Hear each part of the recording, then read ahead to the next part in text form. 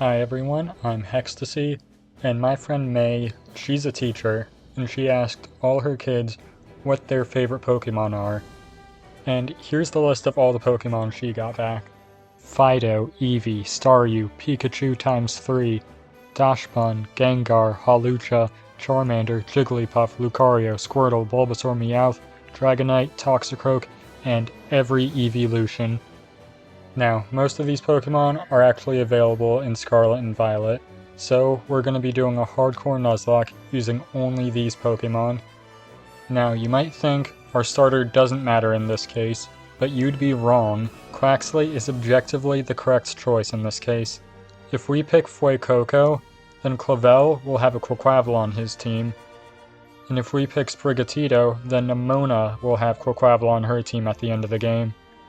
Why do we not want them to have Quaquaval on their team? Not because it's hard to beat, but because I think it's really ugly and I'd rather not look at it. Quaxley won't be in our party for long, because at South Province Area 1, we catch our real starter, a Fido, who we name Rhea. The name is misspelled here, but I figure it out later. And at South Province Area 2, we catch our first Pikachu, who we name Pikachuno. Get it? Moving on to our fight with Katie. Because Rhea can learn Fire Fang, Katie's first two Pokemon go down pretty easily. But Teddiursa almost takes out Rhea before being taken out by a Fire Fang, winning us our first gym badge. Afterwards, we head to South Province Area 3 where we find our next encounter, a Jigglypuff, who we name Siegmeyer. We also head back to Area 2 where we can catch ourselves a couple EVs, but we're not going to be using them in battle. We're going to use them to get some eggs that we can hatch in different areas to act as our encounters. Is this cheating? Absolutely, but I'm going to pretend it's not. Our first egg hatches, and it's a Fido, who... Can you not walk through me next time, bro? We name her Lycia. Before hatching any more eggs, we decide to take on our first Titan, a Cloth. We send out Siegmeyer against it, who's outsped and hit by a Rock Smash, lowering his defense. We retaliate with a Water Pulse, bringing Cloth down to just over half HP. We Terrastalize into a Water type on the next turn, so now Water Pulse should take it out. Except it lands a critical hit Vice Grip, killing Siegmeyer. Pikachuno goes in next, and a couple Thunder Shocks later and Cloth goes down. On to the second phase of the fight. Things are going pretty well for us, until for whatever reason, Arven decides to stop attacking Cloth and hit it with a Leer. And because of this, Cloth ends up killing Pikachuno with a Vice Grip when it's just one hit away from fainting. Thanks for the help, Arven. I really appreciate it. Our team is looking pretty sparse right now, so we need to hatch a few more eggs. The first egg hatches into a Pichu, who we name Pika2, and the next egg hatches into another Pichu, who we name P4. The third egg hatches into another Fido, who we can't use. But the fourth egg is another Fido. Fifth egg, Fido. Sixth, Fido. Seventh, Fido. But the eighth egg is finally an Eevee, who we name Creighton. We hatch a couple more Fidos before we finally get another Eevee, who we name Hodrick. The next gym leader we have to fight is Brassius, the Grass-type gym leader. So we evolve Creighton into the best evolution for taking on his team, Leafeon. We open with Rhea against his Petalil. A couple Fire Fangs is more than enough to take it out. Smolo comes in next. We hit it with one Fire Fang, almost taking it out, and then we swap into Creighton, who finishes the job. Sudowoodo comes in next, but thanks to Creighton's high defense, it can't do much to us, and it goes down to just a few X-Scissors, winning us our second gym badge. After the fight, P4 evolves into a Pikachu, and Hodrick evolves into an Espeon. We hatch a few more Fido eggs before finally getting another Eevee, who we name Hugh. And we immediately evolve Hugh into a Jolteon, because the next Titan we're facing is Bombardier, the Open Sky Titan. we open with Lycia, a fairy type that terastallizes into a fairy type, effectively doubling the power of her play rough. Too bad it missed and Lycia died on the next turn. Thankfully, we were able to lower Bombardier's attack before she went down. So Piquattro is able to finish the first phase of this fight. For the second phase of the fight, Pikachu is able to pretty easily beat it. Hey Arvin, just because I got a new Pikachu doesn't mean I'm still not mad at you for getting my last one killed. Before taking on Team Star's first base, we need to get a few Pokemon that can easily handle Dark types. We start by hatching Adela the Eevee, who later evolves into a Sylveon. And at South Province Area 4, while hunting for a Riolu, we end up finding a shiny Swablu. I've shiny hunted for Altaria on my main account and never found anything, and then I just get it for free here. And not 5 minutes later, I get a shiny Meditite too. What the heck? Anyways, we eventually find our Riolu and we name him Artorias. In addition, at South Province Area 5, we can catch ourselves Shiva the Krogunk. We hatch one more Eevee, who we name Bior, but we won't be evolving him yet. With our new team members, we're ready to take on Glaucoma of Team Star. We open with Shiva against his Pawniard. It outspeeds us and hits us with an Aerial Ace, nearly taking out Shiva before we can land a low kick, failing to get the KO. Not wanting Shiva to die, we swap into Creighton, who has to tank a Metal Claw on the switch. But Creighton handles it well and outspeeds on the next turn, using Dig, avoiding the incoming Aerial Ace, and then taking out Pawniard on the next turn. The Starmobile comes in next, so we swap into Adela, who slowly screams at it until it dies.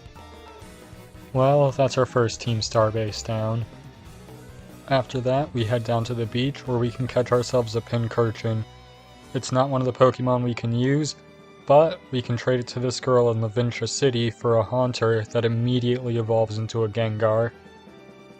Unfortunately, we can't change its name, so it's forever stuck as Hauntykins. And on top of that, we also evolve Bior into a Vaporeon, and Artorias into a Lucario. And we can make use of both of them in our upcoming fight with Nemona. Artorias takes out Rockruff and Palmy with a single attack each. And when Crocolar comes out, we swap to Bior, who can take it out with a single Surf, winning us the fight. With her out of the way, we can go into our fight with Iono, the third gym leader. She opens with Wattrel, and we send out Adela. Thanks to Adela holding the leftovers and us spamming Draining Kiss, she's able to stay healthy and take out her first 3 Pokemon. Her Electric-type Mismagius is in next. So we swap to Hugh, hoping it's going to use an Electric-type move, but it doesn't. It hits us with a Hex, dealing a solid amount of damage. But on the next turn, we can Terastallize into a normal type, and just like that, Mismagius can't do a thing about us. Our ability makes us immune to electric attacks, and our typing makes us immune to ghost-type attacks. So it's not long before Mismagius also goes down, winning us the fight. Shortly after, Rhea evolves into a Dachshund, and we're ready to take on Mela, the leader of Team Star's Fire-type base. We open with Bior against her Torkoal, and despite the weather being sunny and cutting the power of our Water-type moves, we're still able to come out on top pretty easily. Her Starmobile comes in next, so we swap into Rhea as it uses a Blazing Torque. But thanks to Rhea's new ability, it's immune to any Fire-type attacks. So it can only use Swift against us, which doesn't do much damage. Unfortunately, Rhea isn't doing too much damage either, and it becomes clear that the Starmobile is going to out-damage us, so we have to swap out towards the end of the fight. We swap into Hauntykins, who's immune to Swift. It outspeeds and hits us with a Screech, cutting our defense in half before we land a Hex, just missing the KO by 1 HP. So we swap to Bior on the next turn, who tanks a Blazing Torque well, and then finishes it off with a quick attack, winning us the fight. For the upcoming Titan, we're going to want Flareon on our team, So we hatch another Eevee, name him Burnall, and evolve him into Flareon. On top of that, at East Province Area 3, we catch ourselves a Meowth, who we name Zalin. We take a look at our TMs, and it turns out Flareon can't learn Flame Charge, which I was kinda banking on. Oh, but he can learn Trailblaze, the grass-type Flame Charge. Well, that's dumb. Without any decent moves, we're gonna have to rely on Artorias for this fight.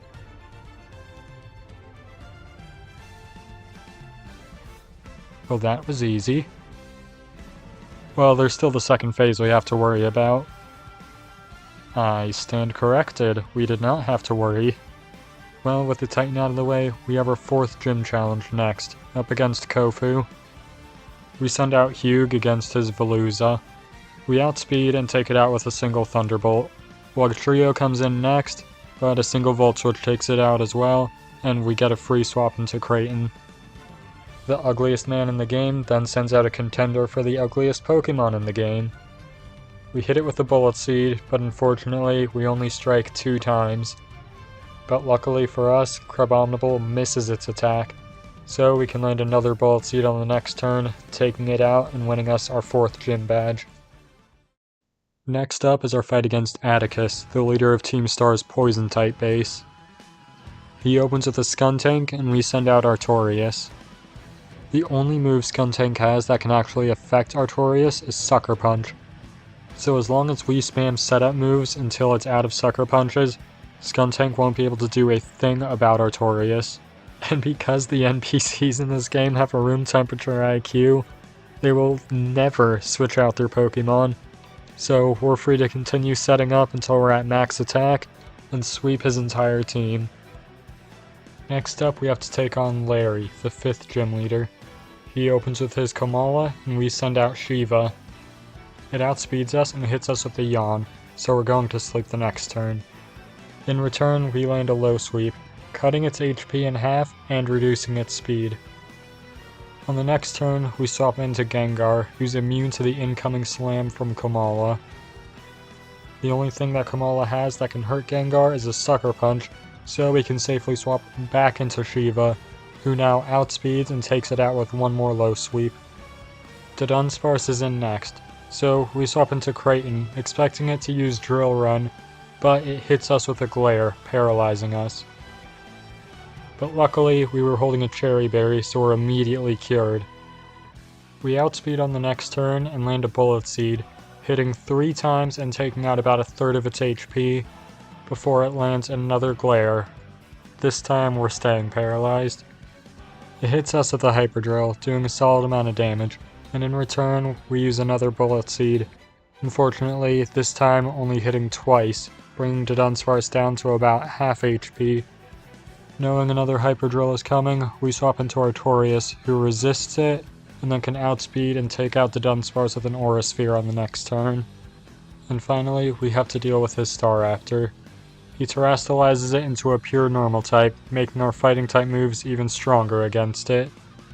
It outspeeds and lands an Aerial Ace, leaving us with just 30 HP left, and in return, we land an Aura Sphere, just missing the KO. Knowing we can't survive another attack, we swap into Rhea, who tanks Aerial Ace with just over half of her HP remaining. We then swap into Gengar as it goes for a double-powered Facade.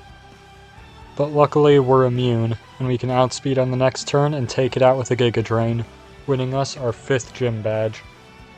During this fight, Shiva leveled up enough to evolve into a Toxicroak, and it's just in time because there's a mandatory Nemona fight right after. She sends out her Lycanroc to take on Shiva. It hits us with a quick attack, but goes down to a low sweep. Gumi comes in next. We land a low sweep, just barely missing the KO, and it hits us to about half HP with a Dragon Pulse, and then it goes down on the next turn. Palmo comes in next. We outspeed and hit it with a low sweep, leaving it at just about a fourth of its HP. And in retaliation, it lands a Thunder Wave, paralyzing us. So, we swap into Creighton, who handles a Spark on the switch very well. And also gets paralyzed, so that's fantastic. Palmo lands another Spark, not doing too much damage. and we break through paralysis and take it out with a bullet seed. And finally, we have to deal with her Skeledirge. We swap into Rhea as it goes for a Torch Song, but thanks to our ability, we're immune, and on top of that, our defenses are doubled from being hit by a Fire-type move. And with that, Rhea is easily able to outmuscle Skeledirge and take it out after a few mud shots, winning us the fight. Afterwards, we can hatch another Eevee egg. This time we name him Patches and evolve him into an Umbreon. And we can head to South Province Area 6, where we can catch Gale the Dratini, who quickly evolves into a Dragonair. Next up is the 6th Gym Leader, Rhyme, and this time it's a double battle. I figured this is the last opportunity for Zalon to be useful, so we send him out along with Shiva. And I guess Zalon made a pretty decent distraction because Shiva was able to take out Mimikyu and Bayonet relatively uncontested. All that's left is her Houndstone and Toxtricity, which she terastallizes into a Ghost type. But Toxtricity goes down before it can do anything. And we can terastallize Hugh into a normal type to prevent it from taking any damage from Houndstone. And just like that, we've won the 6th Gym Badge. Fantastic. Before we can take on the 7th Gym Leader, we have yet another Nemona fight. We once again open with Shiva against her Lycanroc. It goes for a Rock Slide, but misses, and we can hit it with a Low Sweep, but it barely survives. We go for a Sucker Punch on the next turn, but it fails because it uses Sand Attack. So we just have to take it out with another Low Sweep. Sliggoo comes in next. We miss our first Low Sweep and it hits us with a Dragon Pulse.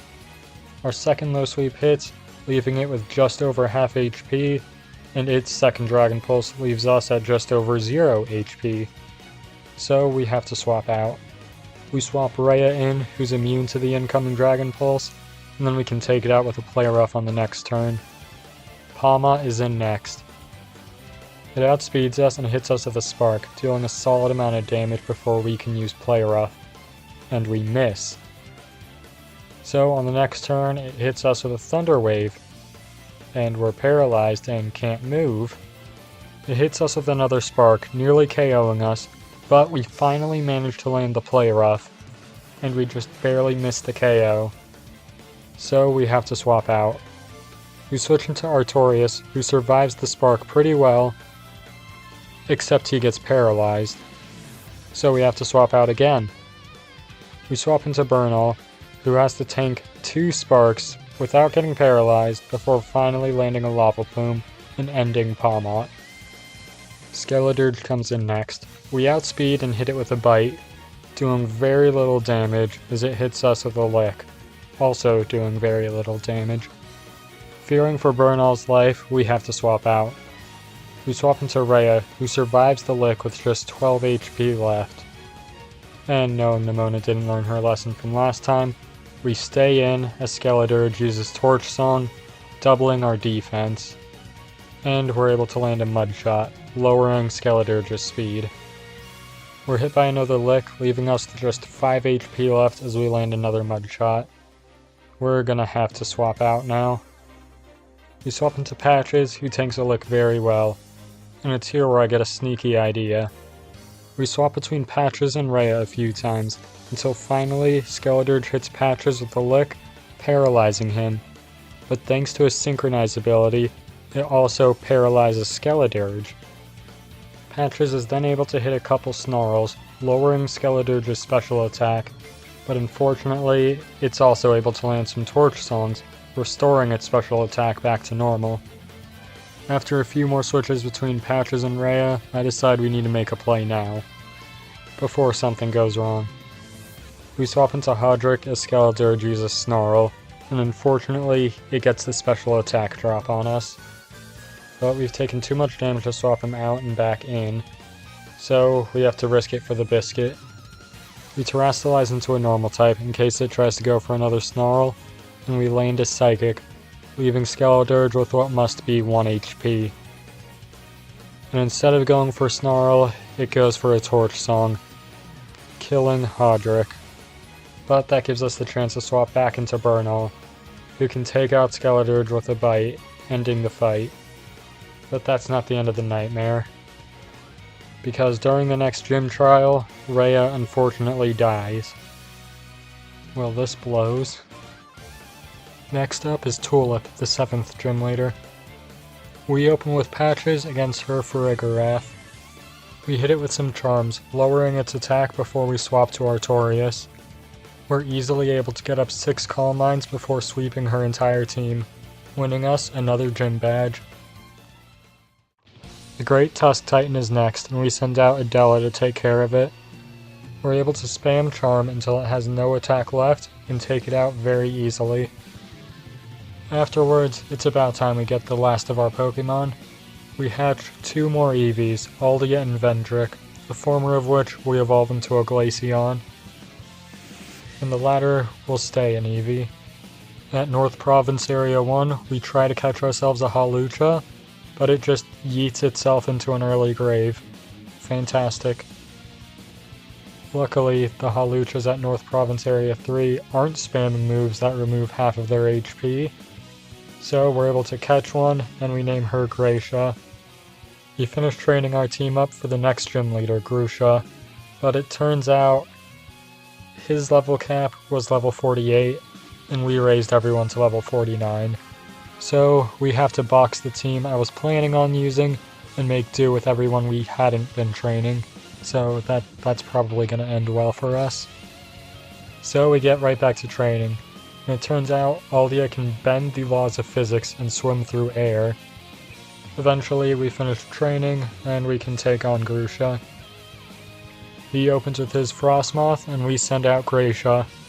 We outspeed and a single Rock Slide takes it out. Beartic is next, so we swap into Pikachu, who immediately gets erased from existence. We send out Piquattro next, and it hits Beartic with a Charm, lowering its attack just enough for us to survive an Earthquake. We go for a Nuzzle to paralyze Beartic, but it just uses Aqua Jet and kills us anyways. We send Gracia back out, and we begin to set up Bulk Ups, boosting our attack and defense. Beartic hits us with an Icicle Crash, but because we were holding a Yachi Berry, its power is cut in half, so we survive it quite handily. We get another Bulk Up off before we're hit by another Icicle Crash, bringing us down to about half HP. We then use Roost to restore all of that missing HP, and we're hit by another weak Icicle Crash. A few more turns of this, and we're ready to finish this fight. We hit Beartic with a Flying Press. It's a one-hit KO. Titan comes out next, but Flying Press is still a one-hit KO. And finally, there's Altaria. But once again, Flying Press is a one-hit KO, winning us our 8th gym badge. Next up is Ortega, Team Star's Fairy-type leader. He opens with a Azumarill, and we send out Creighton. We land a Leaf Blade, just barely leaving a Azumarill alive before it uses Bounce. But before it can come back down, we swap to Hugh, who takes very little damage from a Bounce, and then we can outspeed on the next turn and take out a Azumarill with a Volt Switch. We send in Shiva, and he sends out his Wigglytuff. We hit it with a Poison Jab, but we fail to get the KO, and it hits us with a Play Rough, taking out about a third of our HP. Luckily, we were holding the Rocky Helmet for some reason, and the recoil damage takes out Wigglytuff. Joshbun comes in next. It lowers our attack with a Baby Doll Eyes before we can land a Poison Jab, leaving it at just about half HP. It outspeeds and lands a Play Rough on the next turn, but because we're holding the Rocky Helmet, that puts it in KO range of the following Poison Jab. All that's left is his Starmobile. We swap into Artorias as it uses Steel Roller, and we don't take too much damage. But what does deal a lot of damage is the Magical Torque on the next turn, and our Flash Cannon only takes out about a third of its HP, so we're gonna have to swap out. We switch Burnall in on another Magical Torque. He doesn't take too much damage, but he does get confused. Luckily, we power through and we're able to land a Flamethrower, which does a lot less damage than what I was hoping for. So we're going to fall back on the strat we've been abusing this whole run. spamming Charm until they have 0 attack. Unfortunately, Bernal decides to hurt himself in his confusion and is brought to just 13 HP, so we gotta swap out. We send out Creighton, who also gets confused by the magical torque, and then hurts himself in confusion, so we gotta swap him out too. In the end, I decide to sacrifice Shiva so we can get Gengar a safe switch in. We outspeed and hit it with a Sludge Bomb, leaving it with what must be about a negative 5 HP. In return, it hits us with a Confuse Ray. Fantastic. We swap into Hugh, who miraculously doesn't get confused by a magical torque, and he can take out the Starmobile with a Thunderbolt, winning us the fight. Shortly after, Gale evolves into a Dragonite. We can take on the last Team Star leader, Aerie, the fighting type trainer. We open with Bior against her Toxicroak, and we aren't going for our cheesy Charm strat this time, no. This time, we're using Chilling Water, which is just a more ineffective version of Charm that also does damage at the same time, so it's totally different. Once we cut its attack in half, we swap to Gracia, who immediately gets poisoned by a Poison Jab. Radical. We set up a Bulk Up, raising our attack and defense, and then immediately get hit by a critical hit Poison Jab, killing Gracia. Well, this is fantastic. I was so confident that this strategy would work that I really didn't have any backups planned. So I'm thinking on my feet, making some rather questionable choices, but eventually we decide to send out Adela. And let me tell you, Adela woke up this morning and just decided to be a one-woman army. She takes out Passimian, Annihilate, and Lucario easily. Aerie's Starmobile comes in next. It goes for a super effective spin out, but we Terrastalize into a normal type, so we don't take much damage from it, and its speed is also cut in half, allowing us to land 2 charms before it can move again. At this point, its combat torque isn't doing a lot of damage to us, and any damage that it does do is immediately healed back by a Draining Kiss. A couple minutes later, and the Starmobile dips below half HP, and we can finish it off with a Moonblast, winning us the fight. Next up is Dondozo, the final Titan. We send out Hugh and hit it hard with a Thunderbolt. And what is this? This thing has like 6 HP left. How did that not start the second phase of the fight? Anyways, it hits us with a Water Pulse, and we get confused. So we have to swap into Bior, who just takes it out on the next turn. Easy peasy. For the second phase, we hit it with a Volt Switch, taking out just under half of its HP before we swap into Creighton. And it hits us with a Water Pulse, and what do you know, we get confused. Who didn't see that one coming? We swap back into Hugh, and one more Volt Switch is enough to take it out. Dondozo? More like Don Bozo. Anyways, we had to fight the real false Dragon Titan Tatsugiri now. We immediately hit it with a Volt Switch that does next to nothing to it, but it lets us swap into Aldia, who loses almost half his HP to a Muddy Water. Awesome. It outspeeds us on the next turn and hits another Muddy Water. It takes out Arven's Greedent that has done absolutely nothing for us this fight, and it leaves us on Death's Door. But we're able to land a Freeze Dry that brings Tatsugiri down to just about a third of its HP. We swap into Bior on the next turn, who's immune to the Muddy Water, and we start hammering away with Ice Beams.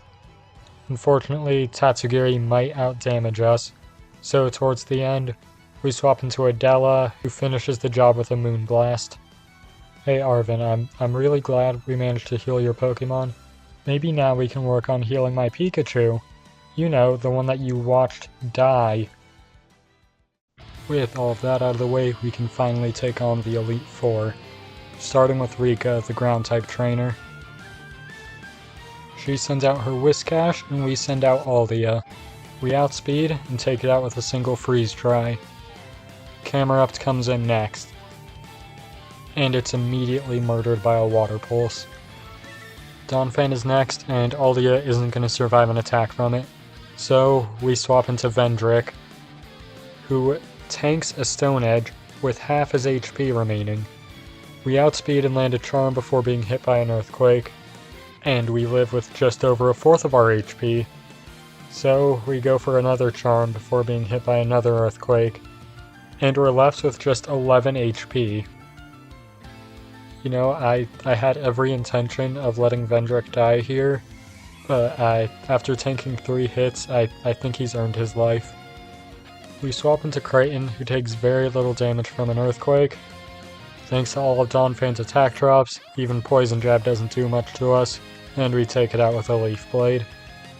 Dugtrio comes in next, and it outspeeds us, and sets up a Sandstorm instead of doing anything useful, and it goes down to a single Leaf Blade. Clodsire comes in next. Now our Leaf Blade would be neutral against it, but Rika, in her infinite wisdom, terastallizes into a pure ground type. So now Leaf Blade is super effective and we get the one-hit KO, winning the fight. Next up is Poppy. She opens with her Copperajah, and we open with Artorias. We immediately terastallize into a pure fighting type before taking it out with an Aura Sphere. Corviknight comes in next. Fearing a flying type move, we swap into Hugh, but it just uses Iron Defense. We can outspeed and take it out with a Thunderbolt on the next turn. Bronzong comes in next. We swap it with a Volt Switch, letting us swap into Patches before it's hit by an Earthquake, not doing too much damage. A couple Dark Pulses later, and Bronzong goes down. Magnezone comes in next. We hit it with a Confuse Ray, and we get lucky and it immediately hits itself. Hoping for an Electric type move, we swap into Hugh on the next turn, but it breaks through confusion and uses Light Screen, cutting the damage of our special moves in half. Knowing it won't go for an Electric type move against Hugh, we swap into Bior, before swapping back into Hugh, who heals off of Magnezone's incoming Electric type move. We hit it with a Shadow Ball, and by this time, Light Screen is worn off, so we can take it out with a Volt Switch and swap in Artorias. All that's left is her Tinkaton, but she terastallizes it into a pure Steel type, allowing us to take it out with a single Aura Sphere, winning us the fight. Larry is next, and we send out Aldia to deal with him. His Tropius, Staraptor, Altaria, and Oricorio are all outsped and taken out by a single Freeze Dry. All that's left is his Flamigo. We once again outspeed and land a Freeze Dry, but this time Flamigo lives with just barely any HP left, and it takes out Aldia with a close combat. Kinda wish I taught him Ice Beam now. We send out Hugh, who avenges Aldia with a single Thunderbolt. Next up is Hassel, the Dragon-type trainer. He opens with his Noivern, and we send out Adela. It outspeeds us and hits us with a Super Fang, cutting our HP in half before we can land a Moonblast for the one-hit KO. Dragalge comes in next, so we swap into Bior on a Sludge Bomb, who doesn't take too much damage. We outspeed and land an Ice Beam, taking out about half of its HP before it lands a Thunderbolt, bringing us down to just under half HP. We can take it out with an Ice Beam on the next turn. Flapple comes in next, so we swap into Gale as it goes for a Seed Bomb, barely doing any damage. On the next turn we can outspeed it and take it out with an Ice Spinner. Haxorus is next. We swap out into Adela as it goes for a Dragon Claw, which we're immune to. We then swap into Artorias as it uses Iron Head, not doing too much damage to us. We outspeed on the next turn and take it out with a Dragon Pulse. All that's left is his Baxcalibur. We terastallize into a pure fighting type as it terastallizes into a pure dragon type. We land a Dragon Pulse, taking out less than a half of its HP, and it hits us with a Brick Break. Knowing we can't take it out next turn and it can take us out next turn, we have to swap out. We switch in Adela, who tanks a Brick Break pretty well. We go for a Draining Kiss, but unfortunately we're outsped and taken out by an Icicle Crash. We send in Gale, who takes out Excalibur with an Outrage, winning us the fight. For the final fight of the Elite Four, we have to face Geeta. She opens with her Espathra, and we send out Kraton. It outspeeds us and hits us with a Lumina Crash, taking out about half of our HP, but also cutting our special defense in half. We land an X-Scissor on the next turn that just misses the KO. Awesome. So we gotta switch out. So we swap Patches in, who's immune to the incoming Lumina Crash. Espathra of course outspeeds us and hits us with a critical hit, super effective Dazzling Gleam. And Geeta just decides to monologue for 5 minutes. After she finally shuts up, Espathra takes a Dark Pulse to the face and dies. Go-Go is in next, so we swap into Burn All as it goes for a play rough. We outspeed it and 2 Flamethrowers takes it out. For whatever reason, she decides to send in Avalugg, the Ice type, next, instead of her Water type Veluza. Just in case we can't take it out with a single Flamethrower, we Terastallize into a normal type so its Earthquake won't be super effective, but it goes down to 1 Flamethrower anyways, so that was kinda pointless. King Gambit comes in next. We outspeed and hit it with a Charm, cutting its attack in half, and then it immediately ignores that with a critical hit, Kowtow Cleave, that kills us. We send out Patches next and land 2 more Charms, minimizing its attack. And this is where we get up to our usual shenanigans. We swap between Gale and Artorias until King Gambit runs out of Stone Edges. So now it probably won't hit us with another crit. And Gale is free to set up a bunch of Dragon Dances. Was this unnecessary? Absolutely, but you haven't seen anything yet. We hit King Gambit with a Fire Punch, killing it. Veluza comes out next, but we hit it with an Outrage, killing it. And she finally has her Glamora, which also goes down to Outrage, winning us the fight. Next up, we're fighting Clavel. He opens with his Oranguru, and we send out Artorias. We outspeed and set up a Calm Mind as it sets up a Reflect, which, spoiler alerts, is going to be absolutely worthless. We use another Calm Mind as it hits us with a Yawn. We're going to sleep the next turn, but we set up a 3rd and final Calm Mind. And it hits us with a Foul Play, not doing a whole lot of damage. We fall asleep at the end of the turn, but our Lumberry immediately wakes us up. And we can land a Dark Pulse for the 1-hit KO. Houndoom comes in next, but it goes down to an Aura Sphere. Gyarados comes in next, so we Terastallize into a pure fighting type to avoid super effective damage from an incoming Earthquake. We outspeed and hit it with a Dark Pulse, and it flinches, so Terastallizing was kinda pointless. We just take it out with a Dark Pulse on the next turn. Abomasnow is next, but it goes down to an Aura Sphere. Poltegeist is after that, and it goes down to Dark Pulse. And all that's left is his Meowscarada. Except this time, Meowscarada outspeeds us, and it hits a Play Rough, taking us out. So Terastallizing kinda screwed us over in the end. We send in Kraton, who takes very little damage from Meowscarada's attacks, and we can take it out with a single X-Scissor, winning us the fight.